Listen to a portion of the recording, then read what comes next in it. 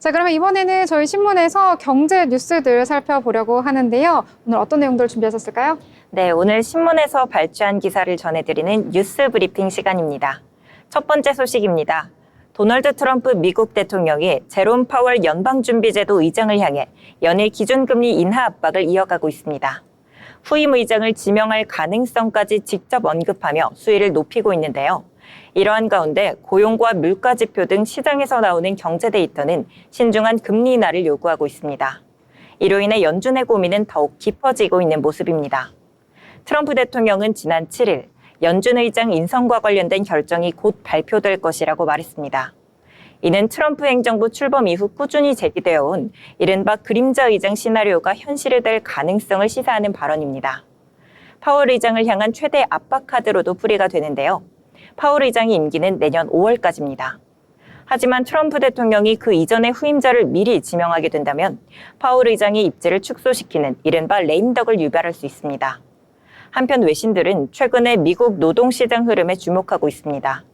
트럼프 대통령의 대규모 무역정책 변동성에도 불구하고 비농업 부문 일자리는 꾸준히 증가하고 있습니다. 이처럼 고용시장이 탄탄한 흐름을 이어가고 있기 때문에 연준은 기준금리 인하에 나서지 않을 것이라는 평가에 힘이 쏠리고 있습니다. 시장에서는 오는 17일부터 18일까지 열리는 FOMC 정례회의에서 기준금리가 현 수준에서 동결될 것이라는 전망이 우세합니다. 다음 소식입니다. 도널드 트럼프 대통령을 향해 원색적인 비난을 쏟아낸 일론 머스크, 급기야 앱스타인 문건까지 거론하며 트럼프 대통령의 민감한 부분을 건드렸습니다. 머스크 CEO는 이후 관련 게시물을 삭제하며 수습에 나섰습니다. 하지만 트럼프 대통령은 머스크와의 관계가 완전히 끝났다고 선을 그었습니다. 또한 머스크가 야당 의원들을 후원할 경우 매우 심각한 결과가 따를 것이라며 경고했습니다. 미국 현지 언론에 따르면 두 사람의 갈등은 지난 5일 본격적으로 폭발했습니다. 특히 6일 새벽 머스크 CEO가 자신의 SNS에 트럼프 대통령과 앱스타인 문건 관련 의혹을 제기하면서 상황은 걷잡을 수 없게 됐습니다. 앱스타인 문건은 미성년자 성착취와 인신매매, 성매매 범죄로 수감됐던 억만장자 제프리 앱스타인과 관련된 자료입니다. 앱스타인은 2019년 수감 중 사망했습니다. 머스크가 해당 문건을 언급한 것은 단순한 말싸움을 넘어선 정치적 공격으로 풀이됩니다. 해당 문건에는 트럼프 대통령을 포함한 빌 클린턴 전 대통령, 영국 앤드류 왕자 등의 이름이 등장합니다. 다만 이름이 거론됐다는 사실만으로 성범죄 연루를 단정할 수는 없습니다. 미국 법조계 안팎에서는 이번 사건이 현직 대통령에게 사법적 리스크로 이어질 가능성은 낮다는 전망이 나옵니다. 핵심 당사자가 사망해 실체 규명이 쉽지 않기 때문입니다. 그럼에도 트럼프 대통령은 머스크가 앱스타인 문건까지 거론한 데 대해 강한 분노를 드러내고 있습니다. 다음 소식입니다. 계란 산지 가격이 적어도 오는 8월까지는 계속 오를 것이라는 전망이 나왔습니다. 한국농촌경제연구원은 농업관 측 보고서를 통해 오는 8월까지의 계란 산지 가격 예측치를 8일 발표했습니다. 농경연에 따르면 이달 계란 산지 가격은 층란 10개 기준으로 1,850원에서 1,950원 사이가 될 것으로 보입니다. 이는 1년 전보다 12.4%에서 18.5%가량 오른 수준입니다.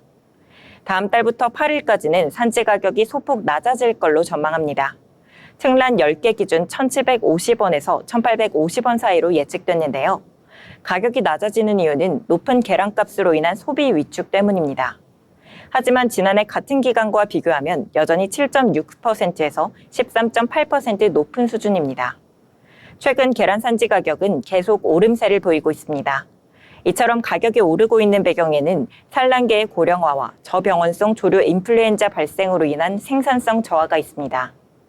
농경연은 지난 3월 충청권을 중심으로 고병원성 AI가 집중 발생했다며 지역 간 물량 불균형이 생기며 전국 평균 산지 가격이 상승했다고 설명했습니다. 또한 전염성 기관지염, 가금 티푸스 같은 가금류 질병 확산도 산란계의 생산성 저하를 초래하며 가격 상승을 부추겼습니다. 다음 소식입니다. 현대자동차 그룹이 오랜 숙제였던 중국 공장의 가동률 문제에 대한 해법을 찾았습니다. 중국 내수시장 집중 전략에서 벗어나 동남아시아와 중동 등 해외 수출 전진 기지로 방향을 전환한 건데요.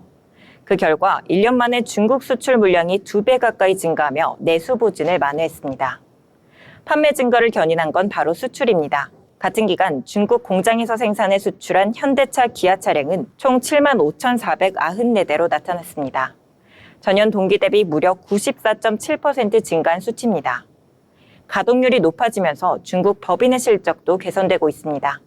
현대차의 중국 합작 법인인 베이징 현대는 올 1분기 423억 원의 손실을 기록했는데요. 지난해 같은 기간에 비하면 1,000억 원 이상 줄어든 결과입니다. 이에 따라 2분기 흑자 전환에 대한 기대감도 커지고 있습니다. 하지만 중국 내수 시장에서는 여전히 고전 중입니다. 이러한 상황 속에서 현대차는 다시 한번 중국 내수 시장 공략에 나섭니다. 핵심 전략은 현지 맞춤형 전기차입니다. 현대차 그룹이 이번 전기 SUV를 통해 중국 시장에서 재도약할 수 있을지 관심이 쏠리고 있습니다. 다음 소식입니다. 최근 1년간 밸류업 프로그램에 참여한 기업 10곳 중 ESG 관련 내용을 함께 공시한 기업은 3곳에 불과한 것으로 나타났습니다.